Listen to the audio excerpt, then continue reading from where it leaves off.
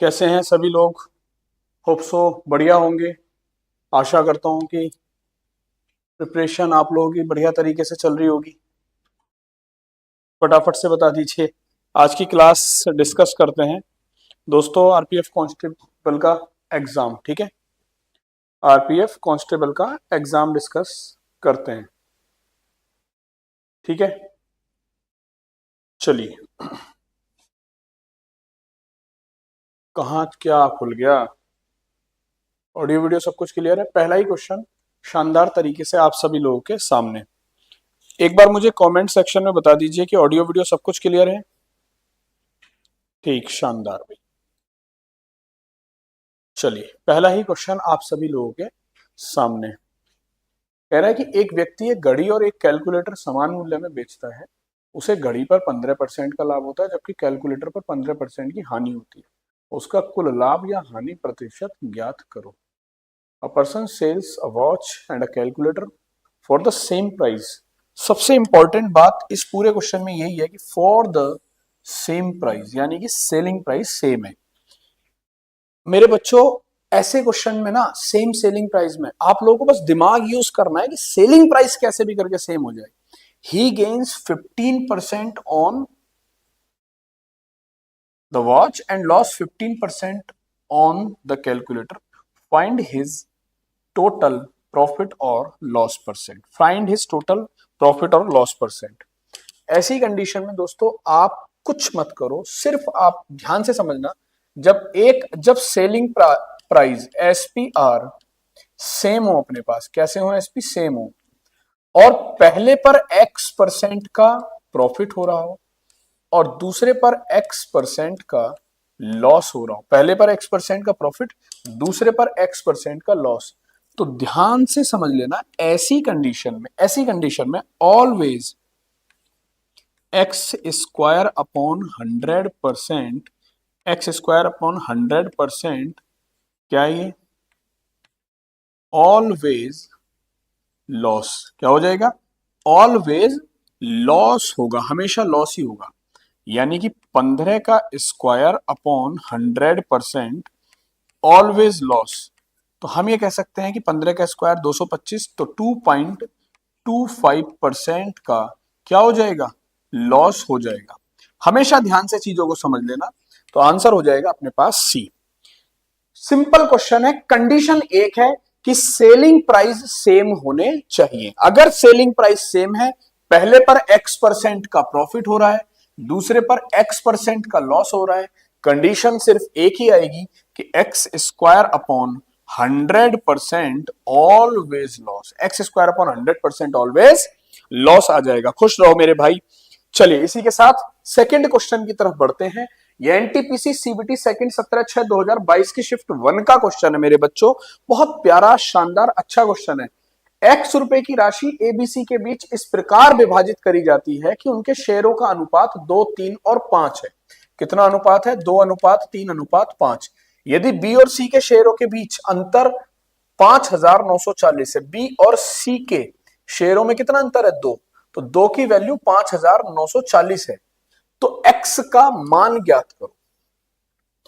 3 भागों में विभाजित हुई है ए, बी और सी में, और किस अनुपात में? 2:3:5। तो टोटल कितना आ जाएगा दोस्तों हमारे पास? सम ऑफ रेशियो, अनुपातिक योग, 5 और 5 10, यानी कि हमें 10 की वैल्यू चाहिए, जिसमें कि हमें बी और सी के बीच में डिफरेंस, तो बी और सी के बीच में जो डिफरेंस है वो कितना है? 2, और 2 की वैल्यू कितनी दे रखी है? 5,940 दे रखी है। 5,940 दे रखी है। जब 2 की वैल्यू ये दे रखी है 5,940, तो दोस्तों 10 की वैल्यू कितनी हो जाएगी? यानी कि इसका 5 गुना। तो जब यहां 5 गुना, तो यहां पर भी 5 गुना हो जाएगा, यहां पर भी 5 गुना हो जाएगा। 2 दूनी 4, 2 नाम 18, 2 सत्ते 14 और 0, और फिर एक और 0, यानी कि 29,700 रुपए। 29,700 रुपए। 29,700 रुपए। बोलो क्लियर? 29,700 रुपए। बोलो, यहां तक चीजें क्लियर है? इसी के साथ थर्ड, 30,000 रुपए पर सालाना 9% की दर से चक्रवृद्धि ब्याज 5,643 रुपए है, समय अवधि बताओ। 30,000 रुपए पर 9% की दर से 5,643 रुपए का चक्रवृद्धि ब्याज मिल रहा है। तो हमसे टाइम पूछा गया है कि कितने समय का ब्याज हो सकता है, कितने समय का ब्याज होगा। तो हम सीधे सीधे एक चीज देखेंगे कि भाई 30,000 रुपए पर एक साल में कितना मिल रहा है। तो आंसर कितना आ जाएगा 9%, और 9% की वैल्यू हो जाएगी, 2 जीरो से 2 जीरो कैंसिल करोगे, यानी कि 2700 रुपए, यानी कि कितना 2700 रुपए। तो ब्याज कितना मिलेगा 2700 रुपए एक साल में मिलेगा। जब दोस्तों एक साल का 2700, तो दूसरे साल का खुद 2700 हो जाएगा साधारण ब्याज ही। तो साधारण ब्याज 2 साल में 5400 रुपए मिलेगा, और हमारा ब्याज कितना है 5643। तो अगर मैं इस पहले साल के ब्याज का और 9% देख लूंगा तो कितना हो जाएगा 243, 23 नमा 243। तो ये टोटल कितना हो जाएगा 5600। तो हम ये कह सकते हैं कि 2 साल में ही ये मिल जाएगा। कितना मिल जाएगा 2 वर्ष में ही मिल जाएगा। 2 वर्ष आंसर आ जाएगा लॉजिकली, आंसर आएगा 2 वर्ष लॉजिकली। बोलो यहां तक चीजें क्लियर। इसी सीरीज में तीसरे क्वेश्चन की तरफ चलेंगे। सबसे पहला जो हमारा टास्क होगा वो होगा क्वेश्चन को रीड करना। अगर हम क्वेश्चन को ही सही से रीड नहीं कर पाए तो फिर तो बात ही खराब हो जाएगी। तो क्या कह रहा है कि एक होटल में 60% ने शाकाहारी दोपहर का भोजन किया, जबकि 30% ने मांसाहारी दोपहर का भोजन किया, और 15% ने दोनों प्रकार का भोजन किया। यदि 96% लोग उपस्थित थे तो कितने लोगों ने किसी भी प्रकार का दोपहर का भोजन, यदि 96% नहीं 96 लोग उपस्थित थे तो कितने लोगों ने किसी भी प्रकार का भोजन नहीं किया। यानी कि 15% लोग ऐसे हैं जो इनमें कॉमन है। आप वेन डायग्राम का यूज कर सकते हो या फिर दोनों को जोड़ के कॉमन की इंफॉर्मेशन को माइनस कर दोगे, क्योंकि कॉमन रिपीटेशन है, रिपीट हो रहा है। तो भाई शाकाहारी यानी कि वेजिटेरियन कितने हैं 60% हैं। फिर नॉन वेजिटेरियन कितने हैं, नॉन वेजिटेरियन 30% है। नॉन वेजिटेरियन कितने 30% है। और कॉमन की इंफॉर्मेशन को आप माइनस करोगे तो कॉमन कितने हैं 15% है। कॉमन कितने 15%, उसे माइनस कर दोगे तो ये पता चल जाएगा कि खाना कितने लोगों ने खाया है। तो 60 और 30 90, 90 में से 10 गया 80, 80 में से 5 गया 75, यानी कि 75% लोग ऐसे हैं जिन्होंने कहीं ना कहीं खाना खा लिया, या तो वेज खा लिया या नॉन वेज खा लिया। यदि 96 लोग उपस्थित थे, यानी कि 75% की जो वैल्यू है वो दोस्तों 96 दे रखी है। कितनी दे रखी है 96 दे रखी है। तो 25% की वैल्यू कितनी हो जाएगी, यानी कि इसका 1/3 तो 32, यानी कि 32 लोग ऐसे थे जिन्होंने कुछ भी नहीं खाया। तो क्या कह रहा है, यदि 96 लोग उपस्थित थे तो कितने लोगों ने, अच्छा टोटल 100% की वैल्यू, वेरी सॉरी, 100% की वैल्यू 96 दे रखी है। 100% की वैल्यू कितनी दे रखी है 96 दे रखी है। तो 25% की वैल्यू कितनी हो जाएगी हमारे पास 24 आ जाएगी। कितनी आ जाएगी 24 आ जाएगी, यानी कि B is correct answer. Got it, B is correct answer. यहां तक चीजें क्लियर है, बी इज करेक्ट आंसर। बोलो गॉट इट, क्लियर। चलिए इसी के साथ नेक्स्ट फिफ्थ, यदि 0.225.36 और संख्या n का गुणनफल 243 है तो n का मान कितना होगा। यानी कि 0.225 और 0.36 और n का जो प्रोडक्ट है वो कितना दे रखा है 243 दे रखा है। अच्छा 243 क्या होता है दोस्तों, 3 to the power 5 क्या होता है। अब देखो जरा ध्यान से, यहां पर 1000 आ जाएगा, पॉइंट गया, यहां पर 100 आ जाएगा, पॉइंट गया। अब 4 और 9 चौक 36, 9 दूनी 18, 6 बचेगा, 9 सत्ते 63। बोलो क्लियर। 9 तिया 27 और 9 से 25 टाइम्स 25 नमा 225 होता है। बस 25 चौका 100 से ये वैल्यू क्लियर हो गई, और n की जो वैल्यू आ गई 1000 और गुणा 3, यानी कि n की वैल्यू आ गई हमारे पास 3000। तो which one the second one, third one is correct answer. Option is third one. Option is third one. Got it. Option is third one. Clear है यहां तक चीजें. नेक्स्ट, अब जब ये वाले क्वेश्चन एग्जाम में आ जाए तो घबरा के मत आना, फोड़ के आना इन क्वेश्चंस को. इसी सीरीज का अगला क्वेश्चन देख लेते हैं जो आरआरबी जेई 2 जून 2019 की शिफ्ट 1 में पूछा गया था. कह रहा है कि एक बेलन की ऊंचाई h उसके आधार की परिधि के बराबर है. ठीक है, उसके वक्र पृष्ठ का क्षेत्रफल h के पदों में ज्ञात करना है. क्यों लो, क्या था इसमें? The height of a cylinder is h equal to the circumference of its base, यानी कि 2 पाई r. सर्कमफेरेंस तो यही होगा ना, और वो किसके बराबर है? h के बराबर है. Find curve surface area of, तो कर्व सरफेस एरिया क्या होता है? कर्व सरफेस एरिया होता है 2 पाई r h. तो 2 पाई r खुद किसके बराबर है? h के. तो ये वैल्यू हो जाएगी h इंटू h, यानी कि h स्क्वायर, यानी कि h स्क्वायर, h स्क्वायर. तो आंसर आ जाएगा अपने पास d. आंसर आ जाएगा अपने पास d. Got it. Answer d आ जाएगा. क्लियर है? आंसर d आ जाएगा. तो कई बार ऐसे क्वेश्चंस आप लोगों से एग्जाम में पूछ लिए जाते हैं. यहां तक चीजें सभी लोगों को समझ में आ रही हैं? अरे एक बार ऑडियो वीडियो का तो बताओ फटाफट. क्लियर है ना सारी चीजें? ओके, क्लियर है भाई.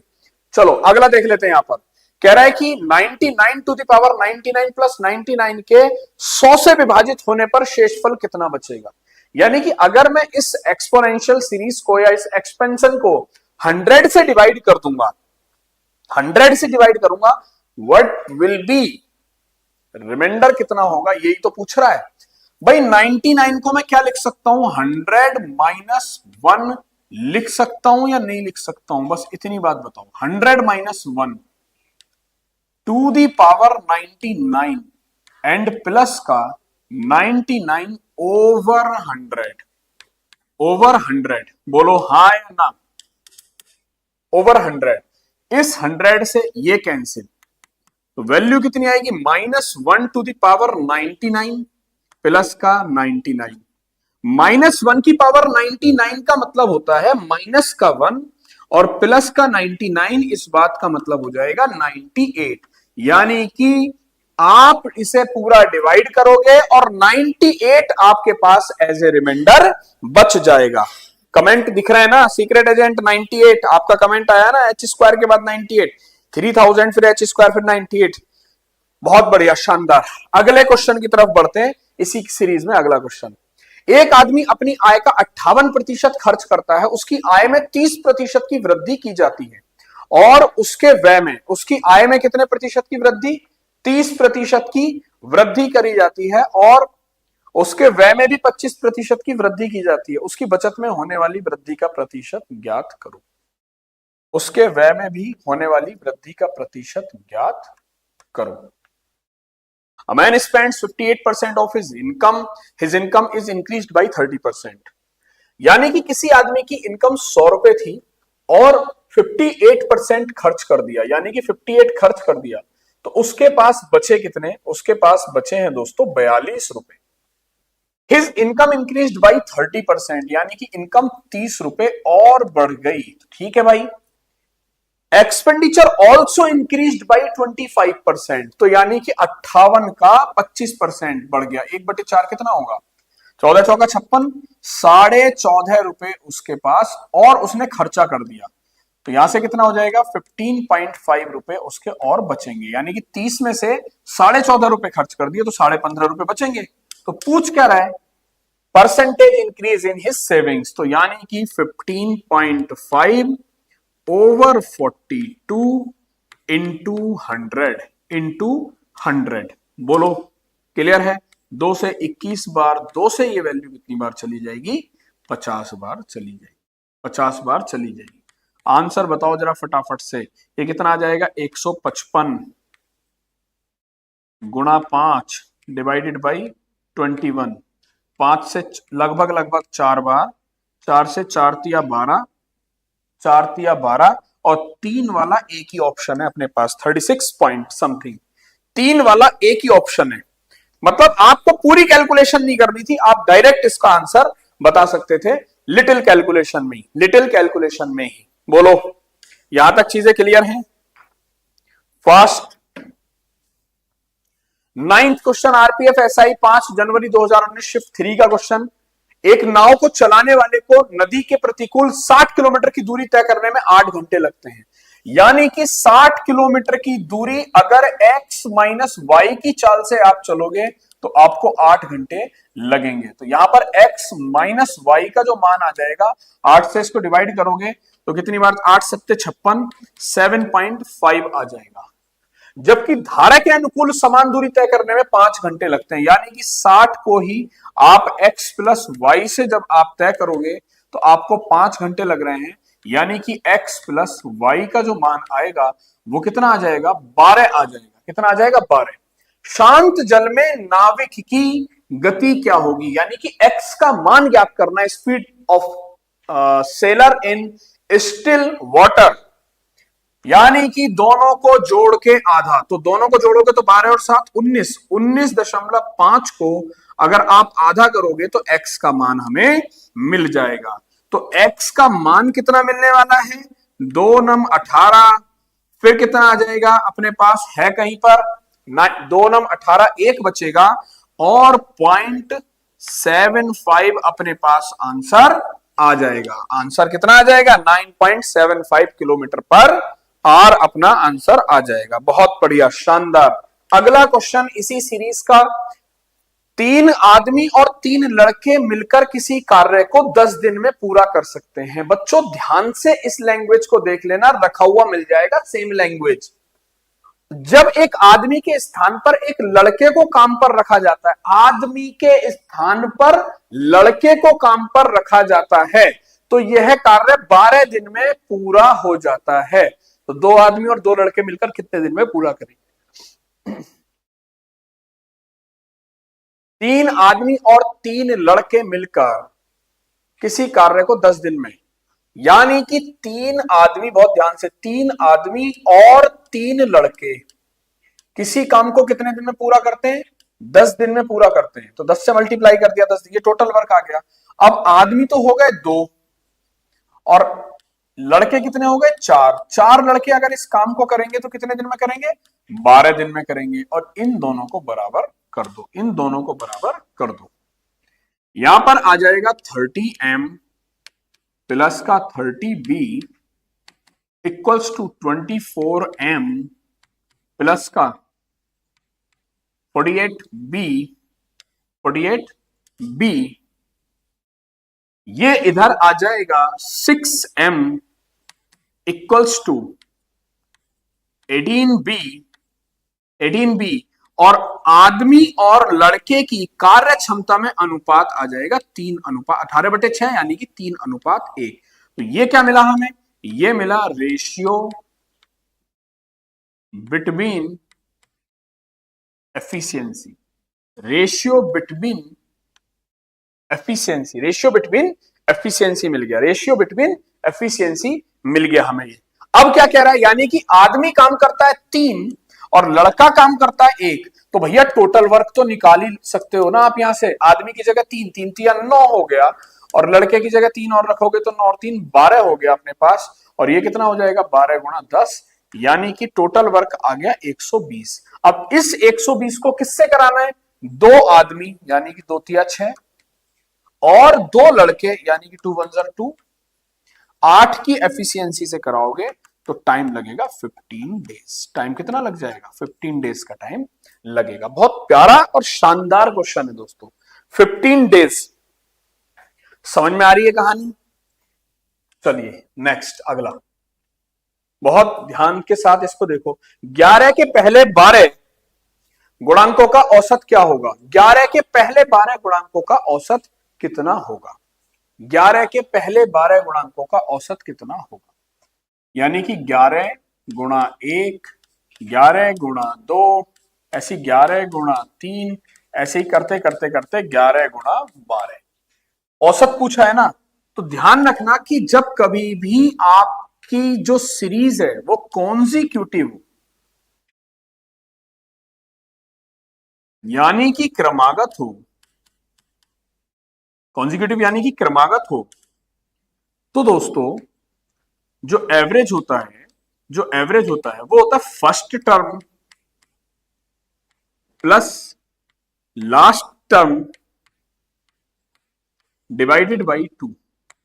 11 कॉमन आ जाएगा और 1 प्लस 12 आ जाएगा डिवाइडेड बाई 2, यानी कि 11 इंटू 13 डिवाइडेड बाई 2, यानी कि 3 to 1, वेरी सॉरी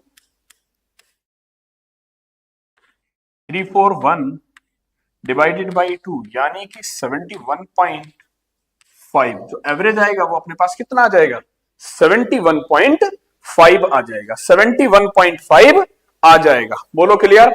चले इसी के साथ 12वां क्वेश्चन, आरआरबी टेक्नीशियन गेट 3 और 28 दिसंबर 2024 की शिफ्ट 1 में पूछा गया क्वेश्चन है, यानी कि अभी का हाल फिलहाल का।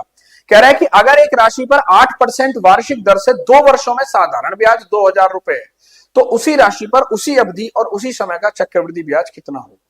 2 वर्षों का साधारण ब्याज मेरे बच्चों अगर 2000 दे रखा है, यानी कि मैं ये कह सकता हूं कि मूलधन कुछ ना कुछ तो होगा। पहले साल का ब्याज 1000 रहा होगा और दूसरे साल का ब्याज भी 1000 रुपए रहा होगा। बोलो हाँ या ना, इतनी बात बता दो बस आप, रहा होगा या नहीं रहा होगा। तो आप कहोगे बिल्कुल ठीक है, मगर कंपाउंड इंटरेस्ट की बात कर रहा है तो पहले साल के ब्याज पर 8% का ब्याज और ले लो, यानी कि 1000 का 8% 80, तो कुल ब्याज कितना हो जाएगा, 2080 हो जाएगा। कितना हो जाएगा, 2080 हो जाएगा, यानी कि the correct answer is first one. The correct answer is first one, got it, 2080। 13 22 metre भुजा वाले एक वर्गाकार पार्क के मध्य 2 मीटर चौड़ी सड़कें बनाई गई हैं। अरे भाई बहुत शानदार क्वेश्चन है, गजब। अब जरा देखना इसको, कह रहा 22 मीटर भुजा वाले एक वर्गाकार पार्क के मध्य, तो पहले तो वर्गाकार पार्क बना लो भाई, ये लो, ये वर्गाकार पार्क है, ठीक, कोई बात नहीं। अब आगे क्या कह रहा है, 2 मीटर चौड़ी सड़कें जो उसके लंबाई और चौड़ाई के समानांतर हैं, ठीक है। तो एक सड़क तो ये बना दी हमने, देखो दिख रही है, एक सड़क ये बना दी हमने, दिख रही है, लंबाई और चौड़ाई के समानांतर है, कोई दिक्कत नहीं है, ये सड़क हमने बना दी भाई, ठीक। 100 रुपए प्रति वर्ग की मीटर से इस सड़क पर बजरी लगाने का खर्च कितना होगा। ये जो भुजा है अपने पास कितनी दे रखी है, 22 दे रखी है, ये वाली भी भुजा 22 होगी। तो सबसे पहले हम सड़क का क्षेत्रफल निकालते हैं दोस्तों, क्या, सड़क या रास्ते का क्षेत्रफल, सड़क का क्षेत्रफल की भाई सड़क पे कितनी बजरी है। तो हम क्या देखेंगे, पहले लंबाई वाली 22 गुणा 2 यानी कि 44, फिर चौड़ाई वाली 22 गुणा 2 यानी कि 44, और फिर ये 2 बार काउंट हो गया 2 स्क्वायर, इसको माइनस कर देंगे यानी कि 4 माइनस कर देंगे। तो 44 44 88, 88 में से 4 माइनस हुआ तो 84 सेंटीमीटर स्क्वायर, मीटर स्क्वायर क्या हो गया, सड़क आ गई। अब इसको 100 रुपए के हिसाब से अगर आप खर्चा करोगे 84 स्क्वायर मीटर पे, तो कितना हो जाएगा, 8400 रुपए आ जाएगा। ध्यान से समझ लेना, रास्ते का क्षेत्रफल का फॉर्मूला देख लो, रास्ते का क्षेत्रफल इस टाइप का, L plus B plus minus W, W L plus B plus minus W. रास्ता अंदर है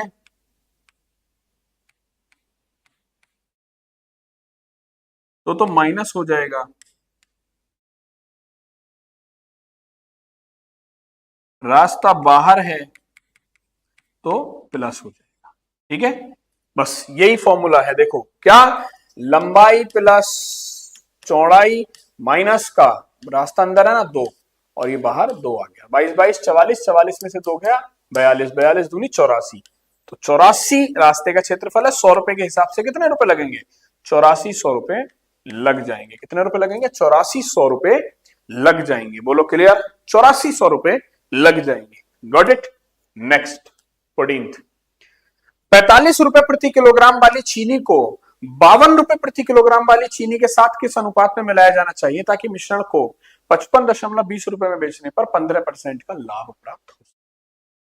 यानी कि ये जो दे रखा है ना, ये कॉस्ट प्राइस है बच्चों, और ये भी कॉस्ट प्राइस है, और ये वाली जो चीज दे रखी है ये सेलिंग प्राइस दे रखी है। तो सबसे पहले मिश्रण का कॉस्ट प्राइस निकालो कि मिक्सचर का एक्चुअल में कॉस्ट प्राइस कितना होगा। तो भाई 15% का मतलब होता है 3/20, यानी कि 20 रुपए का आइटम है और आप बेच रहे हो 23 में, और 23 की वैल्यू दे रखी है 55.20। 23 दूनी 46, 4 और 5 9, 23 चौक 92, 2.4 टाइम्स। तो ये भी 2.4 टाइम्स हो जाएगा, 24 दूनी 48, यानी कि जो कॉस्ट प्राइस है ना मिक्सचर का, सीपी ऑफ मिक्सचर, वो आ गया हमारे पास 48 रुपए। अब एलिगेशन लगाओ, पहला मिक्सचर 45 रुपए का है, दूसरा मिक्सचर 52 रुपए का है, कितने का है 52 का है, और तीसरा कितने का है 48 रुपए का है, कितने का है 48 रुपए का है। 48 और 45 का डिफरेंस 3 आ जाएगा, 52 और 48 का डिफरेंस 4 आ जाएगा, यानी कि इन दोनों मिक्सचर को 4:3 के अनुपात में मिलाया गया है। 4:3 के अनुपात में मिलाया गया है, बोलो क्लियर। 4:3 के अनुपात में मिलाया गया है, गॉट इट। 4:3 का रेशियो आ जाएगा, है ना। तो सबसे पहले ध्यान रखना कि ये जो दिया गया है ना, ये मिक्सचर का सेलिंग प्राइस है, और इससे हमें कॉस्ट प्राइस पर आना है। किस पे आना है? कॉस्ट प्राइस पर आना है। 15 पाइप ए और बी एक टंकी को क्रम से 18 घंटे और 27 घंटे में भर सकते हैं, जबकि पाइप पूरी तरह टंकी को 54 घंटे में खाली कर सकता है। तीनों पाइप एक साथ खोले जाते हैं, पाइप सी को 12 घंटे बाद बंद कर दिया जाता है। पाइप ए और बी मिलकर टंकी के शेष भाग के 1/3 हिस्से को कितने समय में भर देंगे? शेष भाग के 1/3 को पहला 18 घंटे में भर सकता है, फिलर है। दूसरा 27 घंटे में भर सकता है, फिलर है। और तीसरा 54 घंटे में खाली कर सकता है, एम्प्टीड है। एलसीएम आ जाएगा 54, 18 तिया 54, 27 दूनी 54 और 1 ही आ जाएगा।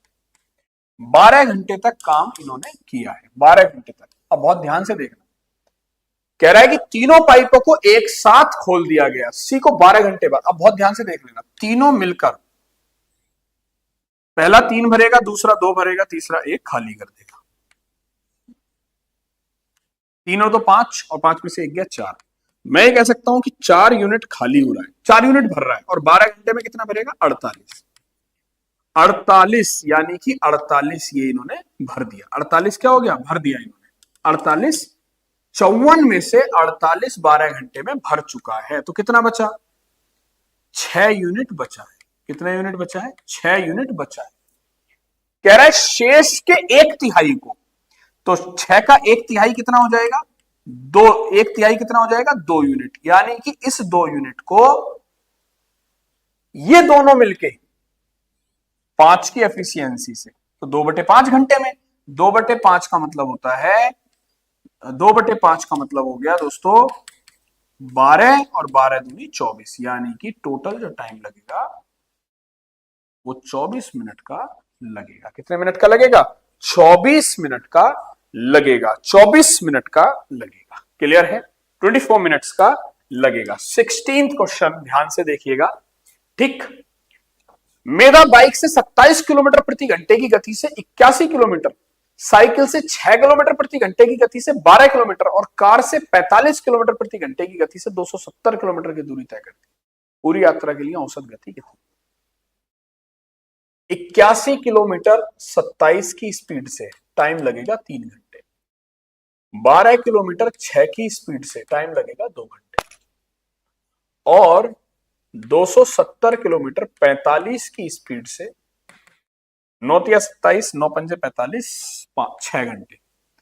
एवरेज स्पीड का फॉर्मूला होता है दोस्तों total distance upon total time.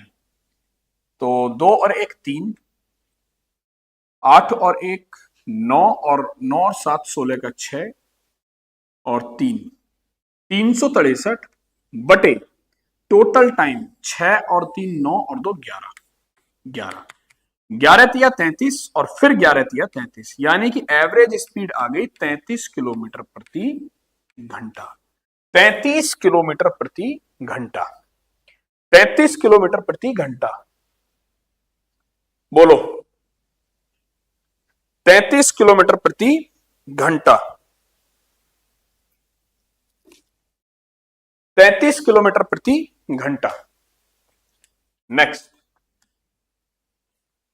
जनवरी, फरवरी, मार्च और अप्रैल महीनों के लिए किसी व्यक्ति का औसत मासिक वेतन 8,000 रुपए है और फरवरी, मार्च, अप्रैल, मई महीनों के लिए औसत मासिक वेतन 8500 रुपए है।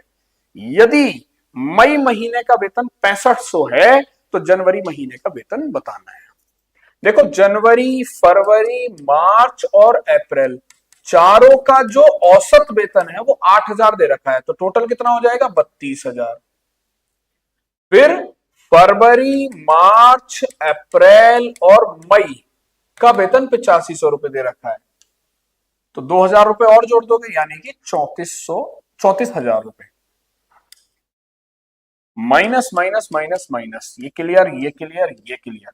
मई माइनस जनवरी इक्वल्स टू 2000। मई का वेतन 6500, 6500 में से क्या घटाया जाए जो 2,000 रुपए बच जाए, तो जनवरी का जो वेतन आ जाएगा वो कितना आ जाएगा अपने पास? 4500 रुपए। कितना आ जाएगा? 4500 रुपए आ जाएगा। बोलो हाँ या ना? कितना आ जाएगा? 4500 रुपए आ जाएगा। Next question 18। एक डीलर ने एक वस्तु की कीमत उत्पादन लागत से 40% अधिक तय करी, यानी कि अगर 100 रुपए की कॉस्ट आ रही है तो उसने 40% अधिक लगाई, यानी कि 140 लगाई। इसे बेचते समय में 20% की छूट देता है। इसे बेचते समय वह 20% की छूट देता है। 20%, ठीक, 14 दूनी 28 रुपए की छूट देता है, तब भी 112 रुपए में तो बेचेगा ही ना। 72 रुपए का लाभ कमा रहा है। अब देखो, लाभ हुआ है 12 और 12 की वैल्यू क्वेश्चन में दे रखी है 72। कितने गुना? 6 गुना। तो वस्तु की जो उत्पादन की लागत है ये भी 6 गुना हो जाएगी, यानी कि 600 रुपए। ये भी कितना हो जाएगी? 6 गुना हो जाएगी, यानी कि 600 रुपए। क्लियर है यहां तक? 600 रुपए। नेक्स्ट 19th, एक अंतरण में होने वाला लाभ क्रय मूल्य का 20% है। यदि क्रय मूल्य में 5% की वृद्धि होती है परंतु विक्रय मूल्य समान रहता है तो लाभ 100 रुपए की वस्तु आपने 120 में बेच दी, कॉस्ट प्राइस 5% बढ़ के 105 हो गया, बट सेलिंग प्राइस अभी भी 120 है, तो प्रॉफिट कितना? 15 रुपए का ओवर 105 इंटू 100 करोगे 5 से 3 बार, 5 से 21 बार, तो ये हो जाएगा 300 ओवर 21%, यानी कि 21 से एक बार 9 बचेगा और 21 चौक 84 और आंसर आएगा 14.2%। आंसर कितना आ जाएगा? 14.2%। 14.2%। नेक्स्ट 20th क्वेश्चन, सूर्य रम्या की तुलना में 3 गुना तेजी से काम करता है। सूर्य रम्या की तुलना में 3 गुना तेजी से काम करता है। अगर ये एक काम कर रहा है तो ये 3 काम कर रहा है, यानी कि ये जो रेशियो दिया गया है ये इनकी एफिशिएंसी में, और किसी काम को पूरा करने में रम्या द्वारा लिए जाने वाले दिनों की तुलना में, अच्छा एफिशिएंसी में अगर 3:1 का अनुपात है तो टाइम में कितना अनुपात हो जाएगा? 1:3 का, और डिफरेंस कितना? 2। 2 की वैल्यू 40, तो 1 की वैल्यू 20, 3 की वैल्यू 60, तो वो दोनों मिलकर काम को कितने में, एलसीएम कितना आएगा? 60, और दोनों मिलकर कितना काम करेंगे? 4, तो यानी कि दोनों मिलकर काम जो करेंगे वो 15 डेज में कर लेंगे। कितने दिन में कर लेंगे? 15 दिन में काम को कर लेंगे। कितने दिन में कर लेंगे? 15 दिन में काम को कर लेंगे। बोलो फटाफट से बताओ, कितने दिन में? 15 दिन में। दिए गए आयत एबीसीडी क्षेत्रफल की गणना करें। पीक्यू आरएस भी एक आयत है। पीक्यू आरएस भी एक आयत है। ये ए है, ये बी है, सी है और ये डी है। ये यहां से यहां तक दे रखी है 8, और ये पी है, ये क्यू है, और ये अंदर आर है, और ये एस है, और ये दे रखी है 5। ये दे रखी है यहां से लेके यहां तक 12, और ये दे रखी है 9। इसका हमें, अच्छा बड़े वाले का क्षेत्रफल 12 गुणा 8, 12 × 96, अंदर वाले का क्षेत्रफल 9 गुणा 5 यानी कि 45।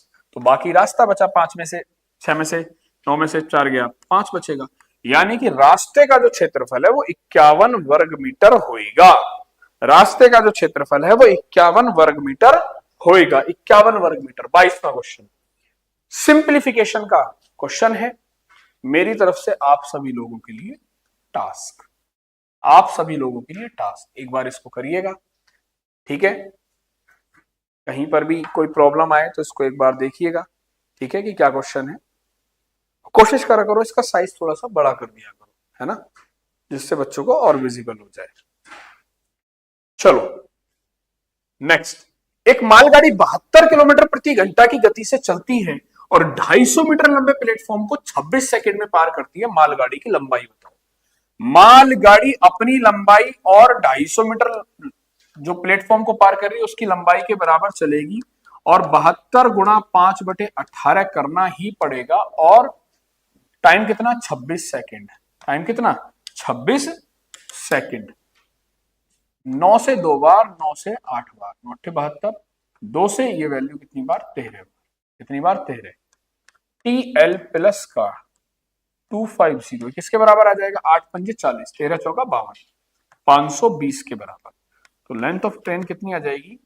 0, 12 में से 5 गया 7, 4 में से 270 मीटर। यानी कि उस ट्रेन की जो लंबाई आएगी वो 270 मीटर आ जाएगी। कितनी आ जाएगी? 270 मीटर आ जाएगी। हाँ देखते हैं ना, कभी देखते तो है ही। तुम्हें क्या लगता है कि देखते नहीं है? वो अलग बात है कि नाम नहीं लेते, उस पर कमेंट नहीं कर पाते, पर देखते तो है ही। ऐसा थोड़ी है कि नहीं देखते हैं। चलो 24th, सोनिया की वर्तमान आयु क्या है? सोनिया की वर्तमान आयु दीपक की वर्तमान आयु का 5 गुना है। सोनिया जो है वो दीपक का 5 गुना है, ठीक है। सेकंड, 5 वर्ष पहले 5 years ago her age was 25 times Deepak's age at that time. कह रहा है कि बहुत ध्यान से, 5 वर्ष पहले उसकी आयु दीपक की आयु का 25 गुना थी। 5 वर्ष पहले यानी कि 5x - 5 और x - 5 का जो रेशियो है वो 25:1, 25 गुना। 5x माइनस का 5 इक्वल्स टू 25x माइनस का 125। इधर आ जाएगा 20x और ये इधर आ जाएगा 120 और x की वैल्यू आ गई। तो हम दोनों ही स्टेटमेंट को लेकर चले तभी तो हमारा आंसर आया। तो क्या है? दोनों ही आवश्यक हैं। डी, उत्तर देने के लिए दोनों ही स्टेटमेंट आवश्यक है। दोनों ही स्टेटमेंट आवश्यक हैं। 25वां, एक सोनाटा घड़ी 440 रुपए नगद या 200 रुपए नगद डाउन पेमेंट। अब ये लो, डाउन पेमेंट को ले, डाउन पेमेंट का मतलब होता है कि हमारा सपोज करो कोई गाड़ी 10,000 रुपए की है, हमारे पास 10,000 रुपए नहीं है, हमने क्या किया? 2,000 रुपए दे दिए डाउन पेमेंट, यानी कि जितना हमारे पास है अभी, और बाकी के रुपए की किस्त बना ली। ठीक, होगी होगी होगी मेरे भाई, होगी। और के साथ 1 महीने के बाद 244 रुपए के साथ बेच दी जाती है सोनाटा घड़ी, ठीक है। 244 रुपए के साथ बेच दी, किस्त की योजना में लिए जाने वाली। अब एक बात देखो कि 440 रुपए की घड़ी थी, 200 रुपए आपने दे दिए थे, तो आपके रुपए बचे थे 240 और आपने कितने दिए? 244 रुपए दिए। तो आपने कितने रुपए का ब्याज दिया? 4 रुपए का ब्याज दिया। तो सिंपल इंटरेस्ट का फॉर्मूला होता है simple interest equals to principal into rate into time. Time है 1 महीना, तो 1/12 लिखोगे और अपॉन में 100। टाइम ध्यान रखना, अक्सर यही गलती होगी आप लोगों से। टाइम 1/12 है, ठीक। 12 से 2 बार, 12 दूनी 24, 0 20 से 5 बार और 5 चौक 20, 20% पर एनम। तो ब्याज की जो दर आ गई वो 20% पर एनम आएगी। ब्याज की दर कितनी आएगी? 20% पर एनम आ जाएगी। डाउन पेमेंट के ऐसे ही क्वेश्चन आप लोगों को एग्जाम में फांस देंगे, मगर आपको फंसना नहीं है, ठीक है। आपको फंसना नहीं है, कहीं से कहीं तक भी आप लोगों को इसमें फंसना नहीं है। समझ में आ रही है कहानी? तो चलिए फिर आज की क्लास को यहीं पर ओवर करते हैं। क्लास कैसी लगी कमेंट सेक्शन में मुझे एक बार जरूर बताइएगा क्वेश्चंस कैसे थे, एक बार फटाफट से बताइएगा। मुलाकात करेंगे, तब तक के लिए अपना ध्यान रखिएगा। Bye bye, take care and love you guys.